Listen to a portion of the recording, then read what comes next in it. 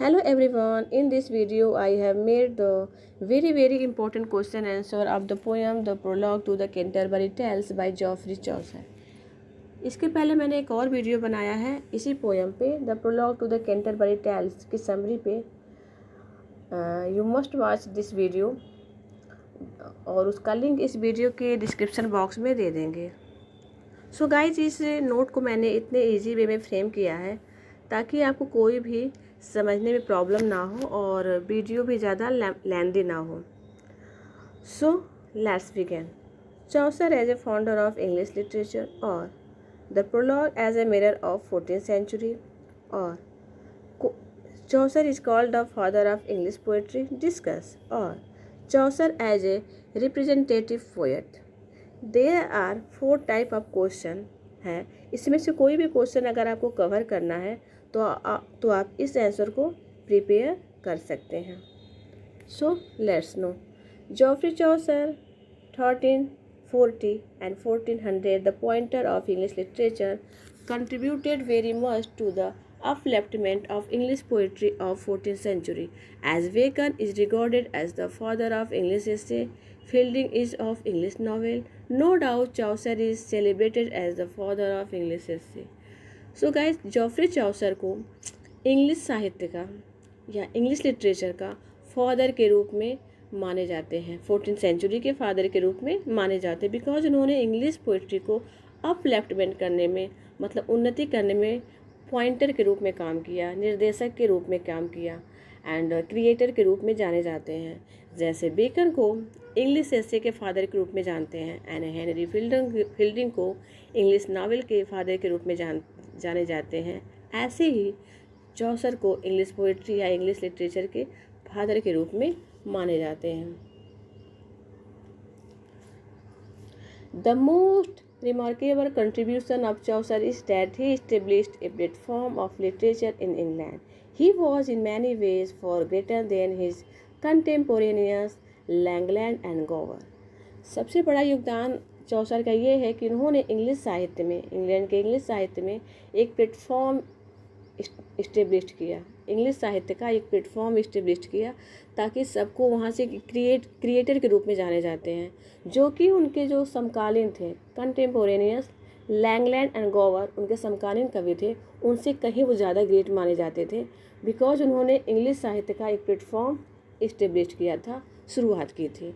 जैसा कि हडसन ने अपने हिस्ट्री ऑफ इंग्लिश लिटरेचर के आउटलाइन में लिखा है चौसर के बारे में, the morning star of the renaissance. अब चौसर की पोइट्री के कुछ फीचर्स हैं, लेट्स नो।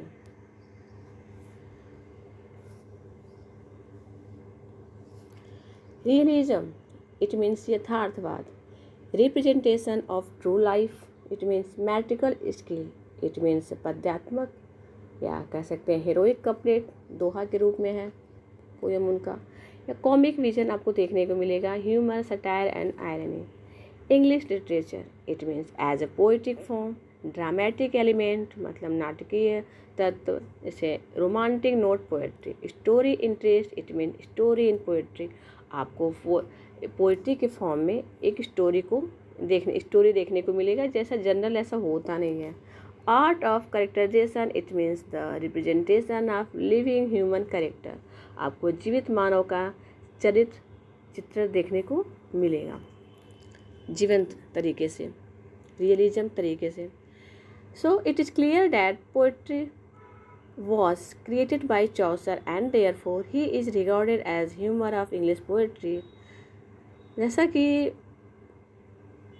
चौसर को इंग्लिश पोइट्री के फादर के रूप में या क्रिएटर के रूप में जाने जाते हैं बिकॉज वो ग्रेट नेशनल पोएट थे and he is regarded as the humour of English poetry and great story teller in poetry at the first great painter of the real human character and after all the father of English literature. इस प्रकार से कह सकते हैं कि इन सारे chief characteristics in Chaucer poetry, so we call the father of English poetry because उन्होंने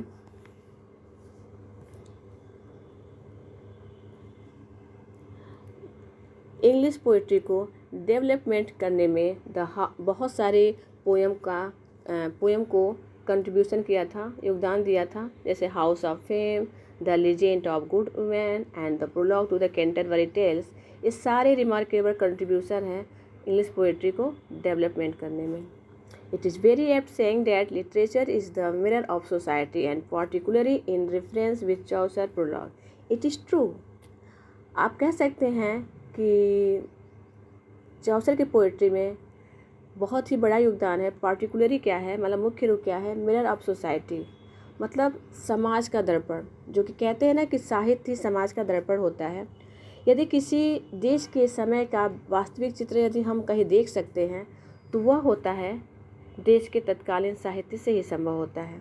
सो आपको चौसर के पोएट्री में, या कह सकते हैं prologue in the Canterbury tales में, आपको देखने को मिलेगा 14th सेंचुरी की जो भी आपको वहाँ की स्थितियाँ हैं उसके बारे में। Thus it has been remarked that in prologue Chaucer paints national portrait gallery by the help of 29 pilgrims such as the knight, the squire, the yeoman, the monk, the doctor of physics and extra। इस प्रकार से कह सकते हैं कि चौसर को रिमार्केट किए हैं प्रोलॉग में नेशनल पोर्ट्रेट गैलरी।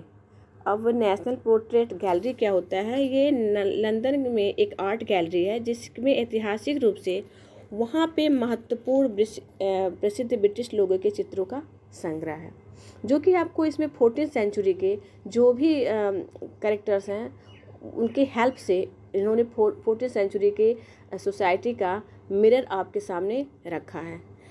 तो इस तरह से हम देखते हैं कि चौसर अब इस पोयम में कैंटरबरी टेल्स में तत्कालीन सामाजिक, राजनीतिक एंड धार्मिक स्थितियों के बारे में स्पष्ट रूप से रेफरेंस दिया है या कंपोज किया है वहाँ की 14th सेंचुरी के सोसाइटी के बारे में। आपको यहाँ पे देखने को मिलेगा।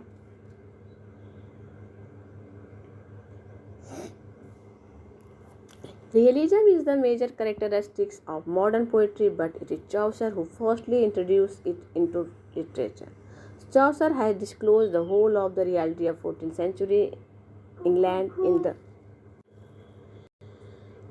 the prologue. If Pope is the representative of 18th century, जैसा कि रियलिज्म उनका बहुत ही महत्वपूर्ण योगदान है मॉडर्न पोएट्री का, जो कि उनके फर्स्टली इंट्रोड्यूस किया था पोएट्री में, बल्कि बाद में 14th सेंचुरी के, इसीलिए वो रिप्रेजेंटेटिव माने जाते हैं। चौसर को 14th सेंचुरी का रिप्रेजेंटेटिव पोएट माना जाता है, जबकि पोप को 18th सेंचुरी का रिप्रेजेंटेटिव पोएट माना जाता है। The use of heroic couplet is very remarkable in his writing of Chaucer. It is one of the most remarkable contribution of the poet to the English literature and later on perfected by Dryden and Pope। आप कह सकते हैं कि चौसर के poetry में और दूसरा योगदान क्या है, हीरोइक कपलेट देखने को मिलेगा। पदात्मक मतलब जो कविता है वो दोहा के रूप में इंट्रोड्यूस की गई है, जो कि उनका बहुत ही बड़ा योगदान होता है कि इंग्लिश लिटरेचर में उन्होंने हीरोइक कपलेट का इंट्रोड्यूस किया था, जो कि बाद में ड्राइडन एंड पोप के द्वारा परफेक्टेड किया गया था। और इनका हीरोइक कपलेट में क्या आइम्बिक पेंटामीटर है, लेट्स नो। आइम्बिक पेंटामीटर एक प्रकार की मीट्रिक लाइन है जिसका उपयोग पारंपरिक अंग्रेजी कविता और पद्य नाटक में किया जा सकता है। कह सकते हैं iambic pentameter is a type of metric line used in traditional English poetry and verse drama. So इनका राइमिंग पेयर क्या है, A B and so on. And the humor and satire are the most important contribution of Chaucer to the English poetry. Both the humorist and satirist have the positive and negative aspect of life. But when the satirist aim at reform, the humorist aim at pure delight. It is his great contribution. कह सकते हैं कि चौसर के जो third कह सकते हैं remarkable contribution क्या था उनका, ह्यूमरिस्ट एंड सटेरिस्ट, जो कि ह्यूमरिस्ट एक प्रकार से पॉजिटिव माना जाता है एंड सटेरिस्ट एक प्रकार से निगेटिव, मतलब व्यंग्यात्मक तरीके से किसी चीज़ को सुधार करना, मतलब रिफॉर्म करना था। जैसे कह सकते हैं सच में रिफॉर्म करना, जैसे to improve your behaviour, to change the system, the law in order to make it better, या व्यवस्था या कानून में सुधार लाना। जबकि रिफॉर्म जो कि सटेरिस्ट का एस्पेक्ट होता है। एंड ह्यूमरिस्ट क्या होता है, एक प्रकार से पर्सन हु राइट्स और टेल फनी स्टोरीज, मतलब हास्य रस के लेखक माने जाते हैं ह्यूमरिस्ट। एंड सटेरिस्ट होता है जो कि रिफॉर्म करते हैं अपने व्यंग्यात्मक तरीके से अपने लेख के द्वारा। तो ये दोनों कंट्रीब्यूशन चौसर के पोएम में देखने को मिलेगा। Chaucer's attitude towards use of humor is not like his contemporaneous Langland and Gower. They were satirists, but Chaucer was an artist. आपको दोनों चीज़ मिलेगा देखने को चौसर में, सटेरिस्ट एंड ह्यूमरिस्ट दोनों, बल्कि जो कि उनके कंटेम्पोरेनियस थे लैंगलैंड एंड गोवर, वे से सटेरिस्ट थे। बिकॉज लैंगलैंड का कंसेप्ट क्या है, satirist for the sake of humanity.